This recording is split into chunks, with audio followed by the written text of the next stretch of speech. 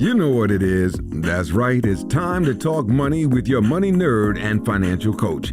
Now, tighten those purse strings and open those ears. It's the Money Talk with Tiff podcast. Hey everyone, and welcome to another episode of the Money Talk with Tiff podcast. Today I have Melissa Houston on the line, and I'm super excited to have her on because she is a CPA and a financial strategist for CEOs, which is something that is super important. She's a columnist for Forbes.com and the host of the Business Society podcast. Melissa helps successful business owners increase their profit margins without having to increase their revenue so that they keep more money in their pocket while increasing their personal wealth, which is what we need. So thank you so much, Melissa, for being on the show today. Oh, thank you so much for having me. I'm very excited to be here today. Yeah, absolutely. So, let's just hop right in. So before we hit record, I gave you a little bit about me and our businesses, me and my husband. And this is something that's so important because a lot of people don't understand what the difference is between profit and revenue. So if you can just explain that, just to give a little background before we jump in. Absolutely. So profit is essential. You need to be earning profit in your business in order for your business to survive. So that's why people go into business, is to make profit. So what often happens, I've noticed with clients, is that they're focusing on the revenue instead of the profit, right? So, I hear a lot, especially in the online space, where it's like, oh, I had a 7-figure launch and, oh, my business is 8 figures. And, they're throwing out these enormous numbers, right? And, if you're making $1 million in your launch, that's fantastic. But you really need to look at what's going on in your expenses, right? Because the truth is, once you have a look at all the money that goes into these, multiple 6-figure, 7-figure launches, what have you, the expenses are so high that quite often these business owners are rarely breaking even. Sometimes these launches are at a loss, or their profit margin is very minimal. So you have to really have a look and say, okay, what's going on that makes my work worthwhile? Because I really want to be making money, and money is nothing if your expenses are eating up your revenue. Exactly. And see, I preach the same thing on the personal finance side. I'm like, okay, keep your overhead, which is your debt, your bills, all that stuff, as low as possible. So that way you can see more of your check coming in. So it's the same concept on the business side. But like you said, a lot of times we just focus on the revenue. And that's coming from someone that is a business owner with a business that has a lot of revenue, but it also has a lot of expenses. And exactly. That part, because it wasn't until we hired a bookkeeper and we actually saw like our books and how like close it was every month as far as profit was concerned, to where it kind of opened our eyes. So I'm so glad that you gave us that definition of the difference between profit and revenue. So business owners, if you didn't catch anything else, I do these kind of recap things. Look at your profit, not your revenue. So, and go ahead. No, sorry. I was just going to say, I'm so grateful that you shared that story, right? Because so many business owners are in the dark about their business finances. And you need to, if you can't do the books on your own, you need to get a bookkeeper in there early so that you can see what's going on in your business. And when you realize that you're not that profitable, you can stop those money leaks. Right? So the longer it takes for you to look within your business and see what's going on, the more money you're losing. Exactly. And you need to realize when it's time, like even if you are good at keeping the books, which I was up until a point, you have to realize also when it's time for a second set of eyes, or when it's time for like maybe the business grew too much and now you're struggling to keep up with the books. So to recognize those two moments in where you definitely need to hire someone just to take a look. And even if it's a one-time thing, like maybe because how I was engaged with this original bookkeeper is catching our books up from the year. And so I felt like I did everything right. But of course, she was a second set of eyes. She was able to find some things where, I kind of made some mistakes. And so that way she can clean them up a little bit and now we can move forward. So there's so many different ways that you can get your books in order as a business owner. And it's important so you don't keep making the same mistakes over and over and over again. Exactly. Right. So with that being said, one thing that is really like nobody really talks about is making sure that you have a reserve of cash for your business. And that falls in line with the whole profit thing. So if you can just explain, what are the 3 reasons why a business needs a reserve of cash? I am so glad that you brought this up because it's so often that business owners don't think about this, right? And having a cash reserve is like having an emergency fund. So it's really important once you start making profit, instead of starting to, spend your money on vacations and new cars and, all the things that really tempt us, because let's face it, we are human and, there's a reason why we started our business too, is to indulge in these things, and there's nothing wrong with it. But first things first is protecting your business.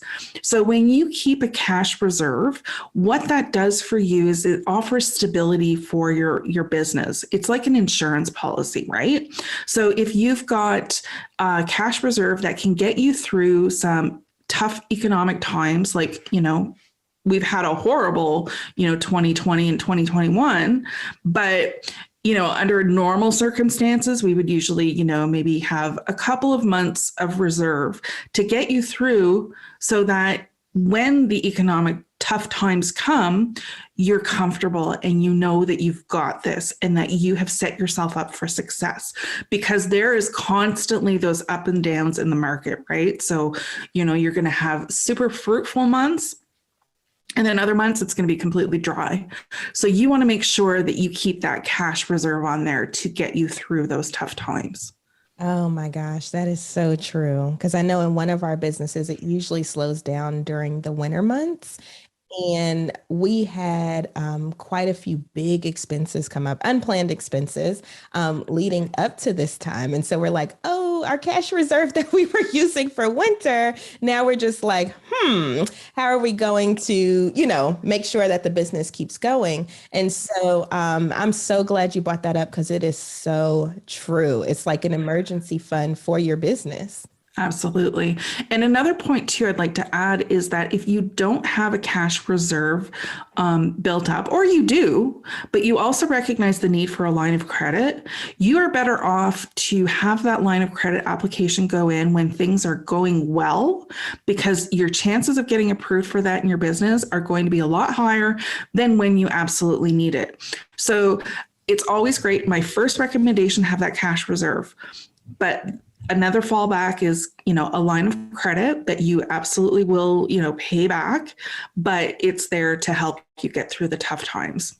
Oh, that's a good idea too. And that's something, because I'm so dead adverse just as a person that I never think about that when it comes to the business. But you're absolutely right. So in times where your business is, starting to maybe slow down a little bit for the season, if it's a seasonal thing, then you always have that line of credit that you already got approved for when things were on the up and up. And so that is a gem right there in of itself. And what else would a business need a reserve of cash for? So we talked about it's like an emergency fund if anything was to happen. And we talked about how we may be able to get those funds. But what else would a business need a reserve of cash for? Because a lot of people, they're like, oh, I can just invest it. I can invest it.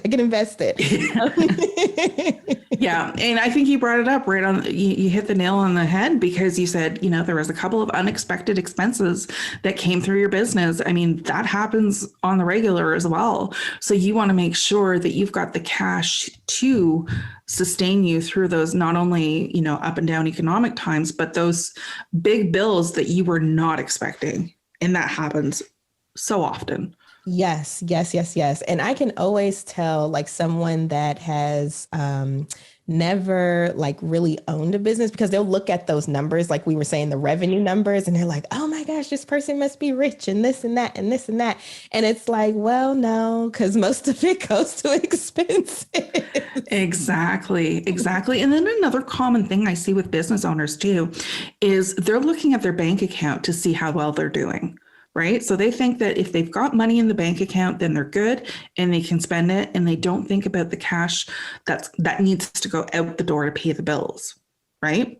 So that's another thing that I really focus on with my clients, is showing them that that is not the truth. What's going on in your bank account is not profit.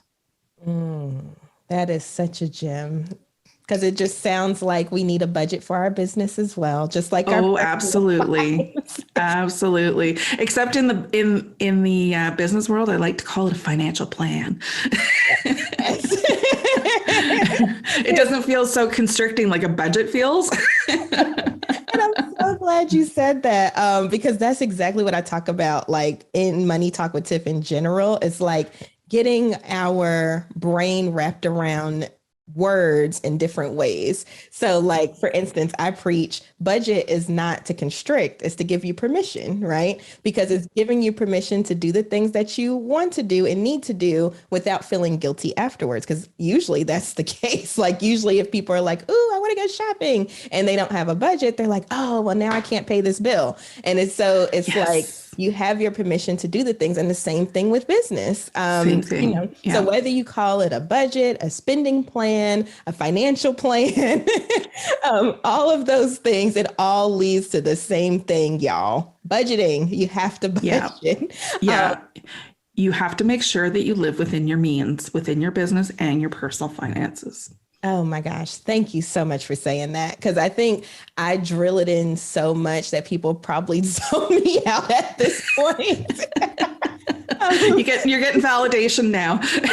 Exactly. So with that being said, right, because we know in our personal lives, money management is important. So when it comes to businesses, like as we're scaling and as we're growing, of course, the expenses usually get bigger and bigger and bigger. Absolutely. So in your experience, what are some money management tips when it comes to scaling your business? Yes, that is a really good question. And that goes back to my financial plan. So when I work with clients who are ready to grow their business, I make sure that we map it out, because everybody thinks growth is like so wonderful. And it is, right? They think, "Oh, look at all this money coming in and I'm growing and this is great." But like you said, they're not considering that their expenses have grown as well. So it can get very risky when you're growing, especially if you're growing really quickly. It's very risky. So there's a lot of risk of running out of cash or capital that can sustain that growth if the money's not coming in as quickly as it goes out. So what we do is we create that projection. So what I do is I work with clients, get their goals down on paper, and project month after month at minimum for the next 12 months, right? So that not only are you growing your sales revenues, but you're making sure that your expenses are growing in line with your profit margins. So the key is month over month over month to maintain that consistent profit margin, because profit margin is basically the percentage of the profit that you're going to make from your sales. So if things are growing, obviously your profit is going to be growing. And, let's say, for example, you have $5,000 worth of profit that you're used to, and now you're getting 10, 20, 30.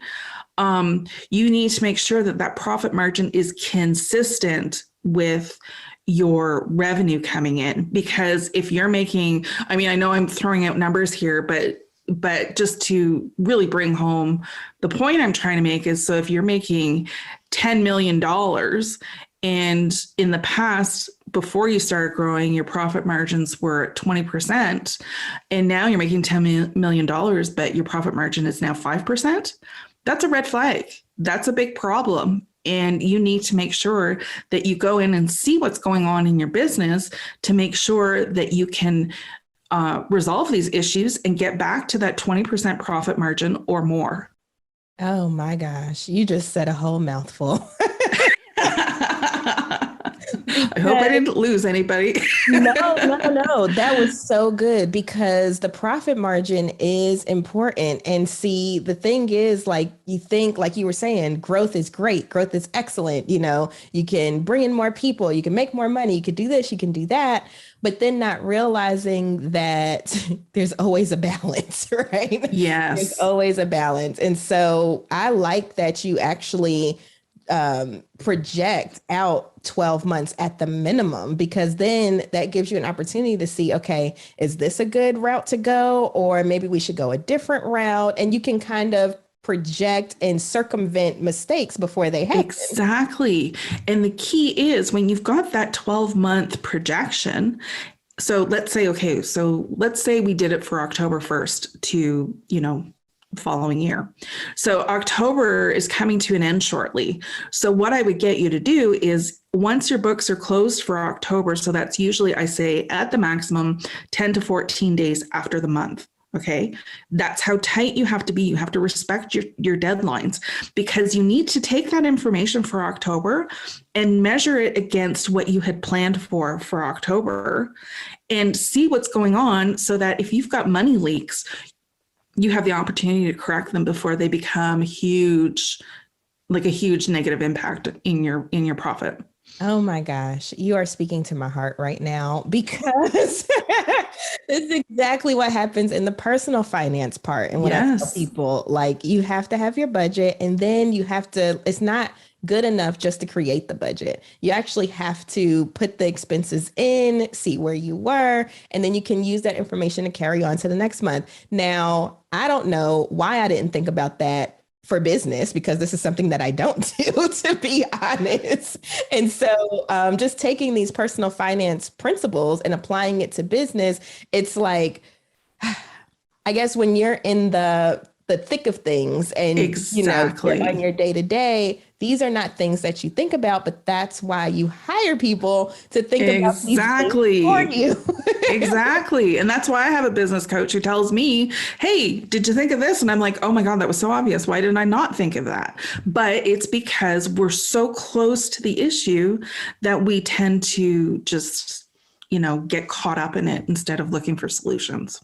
Absolutely. So a good takeaway from what Melissa said, because she said so many gems, but if you didn't hear anything else, make sure that you have mentors or people that can be your second set of eyes on situations, because it is so imperative. And I have learned that the hard way this year. So speaking of the hard way, how can we move past our, maybe mistakes or lessons in our past to change the future in our businesses and moving forward? Absolutely. I mean, that's a really good question. And what I often, and I hope that I relate to my clients and just people in general, is that our mistakes do not define us. So when we realize we've made a mistake, that's where we have to forgive ourselves and say, you know what, I did the best I could with what I had. So the important thing is recognizing that mistake and correcting it. So if you can't correct it on your own, seek out that professional who can help you. And it's never too late to make changes, right? So once you realize where you're at and you're like, okay, well, it feels like, my world is going to end. It's not. You get the help that you need, and somebody can help you get out of that situation. So it's mindset, it's recognizing that we're all human and we make mistakes and we learn from them. And that's where our mistakes that's why they're so important, because we learn and grow from them. So my little, I guess, tidbit of wisdom, or whatever you want to call it, is forgive yourself. Yes. And, that's so important, because I look back, like I tell people to fail early and fail often, right? So get out there, see what happens, start making changes from there and keep that cycle going, so on and so forth. But I know mentally, a lot of times what we did wrong in the past keeps replaying. And so we can't get unstuck. You know what I mean? Go ahead. Mm-hmm. Sorry. And I think you're bringing up an excellent point too, right? Because money is the most emotionally charged topic in my opinion, like the most. Everybody carries a money story. So whether you are aware of it or not, you are carrying one. And the most important thing you can do as a business owner is recognize that and look within yourself and realize what could possibly be holding you back from being the best business owner that you could possibly be. And I mean, I carried a money story. I mean, I was in I've been in the financial business for, over 20 years. And when I started my own business, if anybody told me that I had any money issues, I would have been like, no, you're ridiculous. Like I've seen it all. I've done it all. And sure enough, I had my own money mindset. I had issues around selling, right? And it took me a while to realize that, you know what, I'm offering help for people. Like, it's okay to ask for money in return because I need to survive just like anybody else. I deserve that just like anybody else. So we all have our money mindset issues, and being the best business owner that you can be is constantly check in with your mindset. Constantly, because you may be great one day, but the next day it could sneak up on you and something could be holding you back. Oh my gosh. I'm so glad you said that, because I literally had this conversation maybe about an hour ago. And but it's so true. It's like, if you, oh man, that's so deep, so deep, so deep, so deep. Because at the end of the day, even if you love what you do, right? We love what we do. We get so caught up in the love of it that we forget the profit part of it, or we forget the revenue part of it. And so what you said was golden. And I've struggled with that myself. I'm like, oh, well, I can just do free this, free that, or, do super discounts on things and things. And then I had a realization. I was like, okay, Tiffany, this is your full-time job. And so at the end of the day, would you go work for someone for free? Probably exactly. Not. Yeah. So why are you doing it to yourself and your business? And so that was a mindset. Like, I literally had that switch this year, and I've been doing it. It'll be 4 years in December. So sometimes it takes time, but it's all about awareness. It's all about awareness. Exactly. Good for you. Yes. Thank you. Yeah. Because that is a struggle getting through that. And first of all, recognizing it is hard. So I applaud you for that. That's fantastic. Awesome. Thank you so much. And I mean, that was just a gem. I mean, people, if you are an entrepreneur, please value yourself, because that's another part of it too. Sometimes it goes to self-worth issues that you don't even realize that you have. And so if you are an entrepreneur, please charge what you're worth, and then add additional on top of that. Yeah, add tax. So thank you so much, Melissa, for coming on the show today. You dropped so many gems. It's been so much fun. I love talking about money with people. It's fantastic. Thank you so much, Tiffany. Absolutely. No problem. So if anybody was interested in finding out more about you, or, what services you offer and things like that, where can they find you? Absolutely. So my main website is melissahoustoncpa.com, and there you can download, I have a guide that is the 5-step roadmap to biz finance freedom, and it talks about getting your financial foundation in place. So I encourage you to grab that guide. It's free, and it gives you a general idea of what you need to do in your business. You can also catch me on the Business Society podcast, and I have a blog, thebusinesssociety.co. And obviously you can follow my column at Forbes. Awesome. Awesome. Well, I will have all of those show notes in I will have all of that information in the show notes. Awesome. So definitely make sure that you click on that information. If you're listening, don't worry about writing it all down. It's all in the show notes, and you can follow Melissa or go ahead and hire her, because we talked about having mentors. That's right. I do coaching, one-on-one coaching, and I do virtual CFO services done for you. So awesome. I would love to hear from people. Absolutely. And I will definitely be reaching out actually right now. Awesome. Thank you so much. And I hope you all have a wonderful rest of your day. Thank you for listening, joining, and being a part of the Money Talk with Tiff podcast this week. You can check Tiff out every Thursday for a new Money Talk podcast. But if you just can't wait until next week, you can listen to previous podcast episodes at moneytalkwitht.com, or follow Tiff on all social media platforms at Money Talk with T. Until next time, spend wise by spending less than you make. A word to the money wise is always sufficient.